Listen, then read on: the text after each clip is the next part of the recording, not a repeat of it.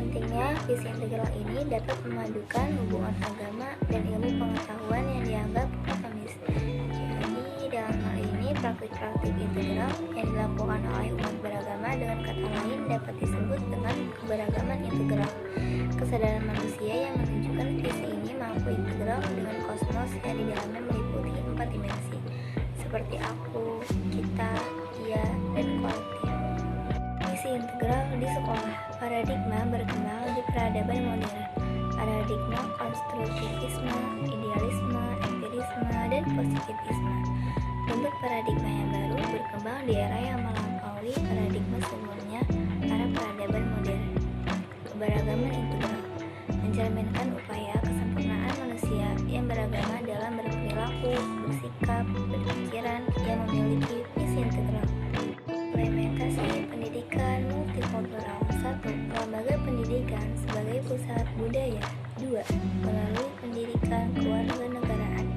3. Melalui kurikulum pendidikan multikultural. 4. Kebajikan penyebaran informasi. 5. Melalui pendidikan guru. Menurut Ken Wilber, untuk bertransformasi menciptakan 4 dimensi, yaitu 1. Terkait dengan struktur organik manusia yang di dalamnya.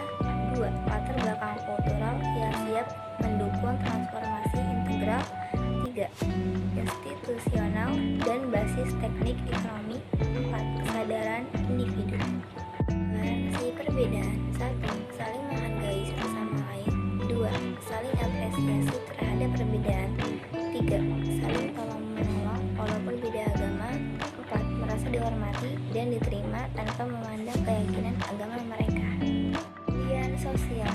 1. Kegiatan peduli sosial dengan memberikan santunan paket sembako. 2. Membayar zakat fitrah bagi setiap muslim. 3. Membantu dan menolong orang yang sedang kesulitan. Ada 2 pemahaman. Yang pertama, menurut Said Akil Siraj, sebagai wujud pemahaman makna persaudaraan. Ini dapat melampaui persaudaraan seagama sebagai eksistensi manusia sebagai makhluk sosial. Pemahaman yang kedua, menurut Gorski, disebutkan sebagai transformasi sosial.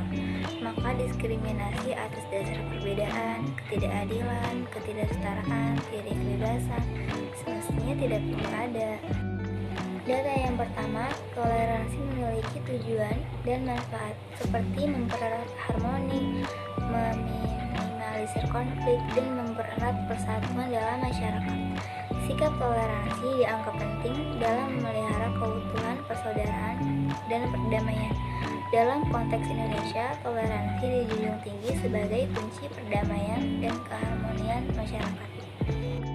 Data yang kedua, integrasi pendidikan berwawasan multikultural. Keberagaman anak didik mengacu pada upaya untuk menyatukan prinsip-prinsip multikulturalisme ke dalam sistem pendidikan guna menghargai dan memahami keberagaman siswa.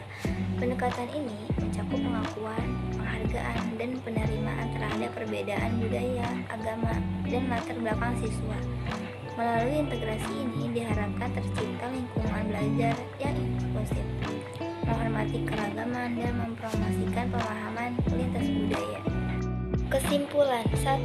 Pendidikan agama Islam menjadi bagian pendidikan berwawasan multikultural dalam menggerakkan moral kemajemukan dan membangun keberagaman peserta didik melalui pendekatan integratif dan komprehensif. 2. Implementasi PAI menerapkan pendekatan integratif menggunakan metode transformatif. Berikut